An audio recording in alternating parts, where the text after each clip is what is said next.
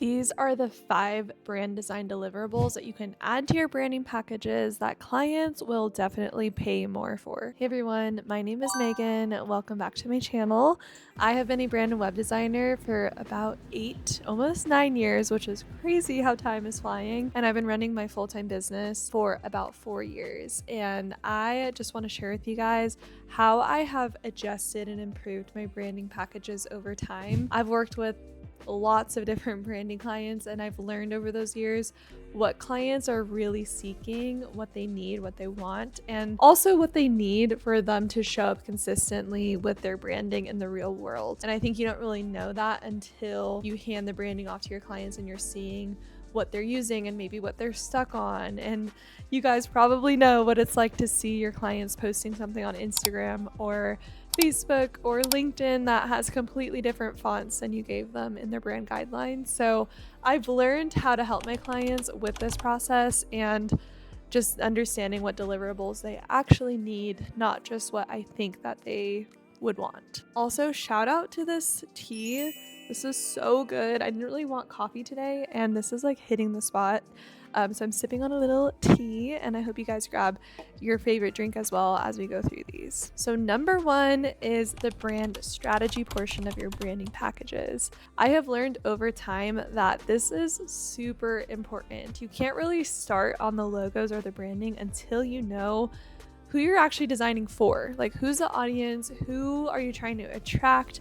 What is the voice of the brand? What is the personality of the brand? You have to really almost humanize the brand and understand the strategy of the goals that you're going to be thinking about as you're actually making the visuals. So strategy is super important. I know that everyone's strategy process is a little bit different.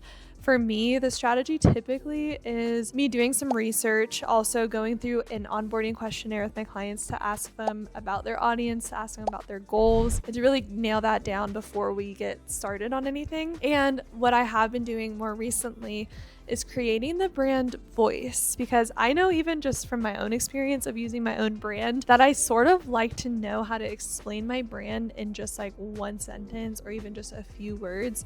So I give my clients that same exact thing as well. And I think this is a great exercise that you guys can even do with your branding, is think about how to explain your brand in just a few words. Like, if someone were to land on your website or see your logo or talk to you, what is your brand? So really nailing that down, and that can come down to the brand voice, it can come down to the brand values, it can come down to the brand mission statement. All of those things encompasses what this brand is about. And if you guys are ever stuck on this, there's a website called brandingstyleguides.com, and they have some really great examples of what this strategy can look like when it's like fully built out into a presentation. And I'm happy to do a whole video on this as well, but the strategy is a deliverable that is something clients will definitely seek and pay for, especially nowadays, because a lot of the AI designs we're seeing do not have strategy behind them. And that's the biggest issue with all of that. The second thing that branding clients will pay for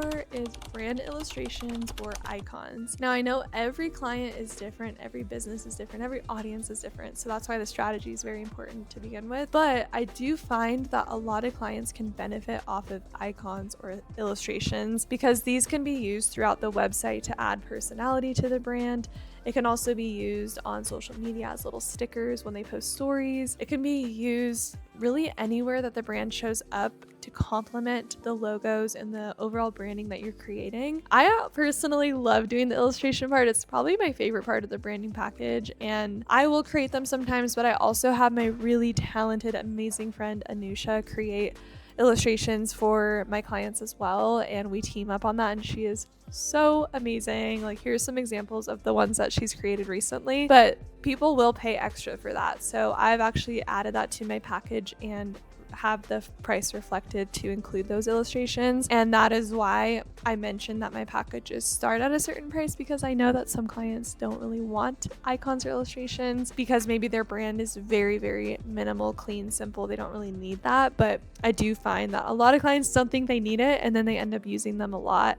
And it's super fun if I'm creating the website to have those to work with. So my package includes about 6 different illustrations. I used to only include 4, but I've noticed that 4 to 6 is like that sweet spot of having a good amount. And I also think about like illustrations can help share the story of the brand values or the story or any little thing that you want to visually share, but you don't want to just use the logo everywhere. So that's typically what mine includes. The third thing is brand textures and patterns. This is also something you can add to your packages because this is used a lot throughout web design. It's also used a lot on social media, and I really think it adds dimension to the brand. So I'll put some examples here as I'm talking, but brand textures, brand patterns, those can be used as like overlays or behind certain posts. It can like really make the brand look cohesive. It can make it look more intentional, I think is the word I'm looking for. And I do feel that patterns can be used in many different places. I know every client's different. I'm going to keep saying that, but I, for example, just had a mental health client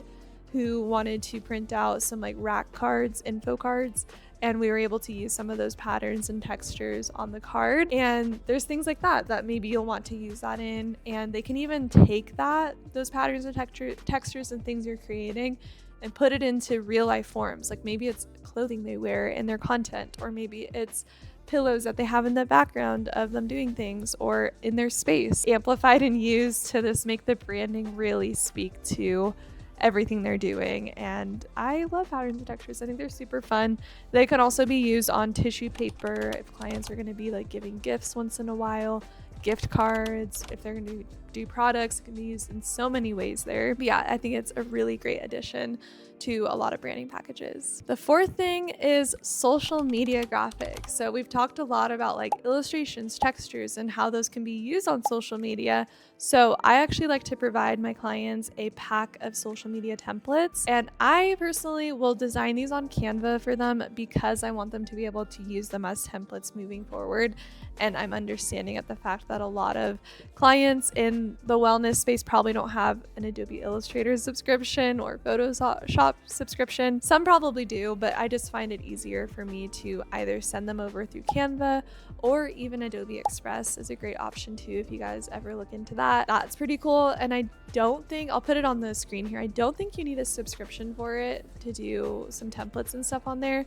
I do think there is a free option, but there's those two options of how I create those social media graphics. And I usually will create 10. So I'll create 5 in-feed posts, 5 reel covers, or stories, or whatever we want to do with that. But I find that stories are almost better when they're not designed and perfectly edited.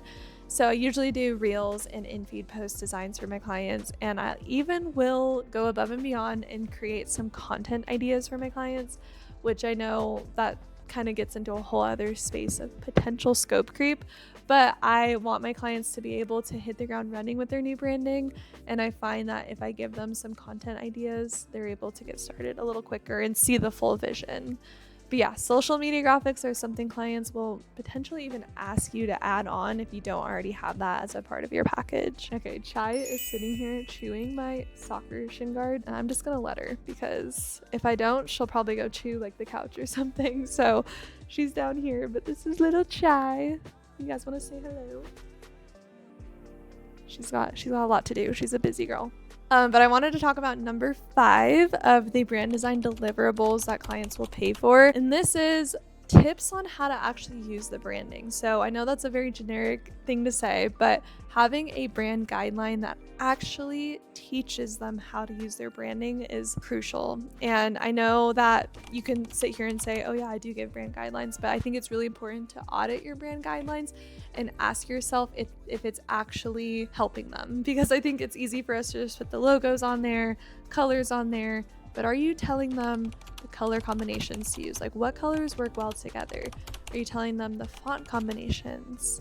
Are you telling them the font sizing? Are you telling them what to do and what not to do? It's really important to teach your clients, and you're in that driver's seat. And also it's a reflection of your work and your image when they go and use it in the real world on their own. So we want to make sure that we're letting our clients walk away with a clear idea of how to use the brand. So I do think that brand guidelines are a part of the package that can really make your package valuable, and it can potentially increase the price of your package if you are going really in depth with how to use the branding. And also it's important to know how to like pitch this to your clients. So you can even tell them like, hey, the branding guidelines is super important to have if you are going to build your team eventually, because they can just hand the branding guideline to someone on their team.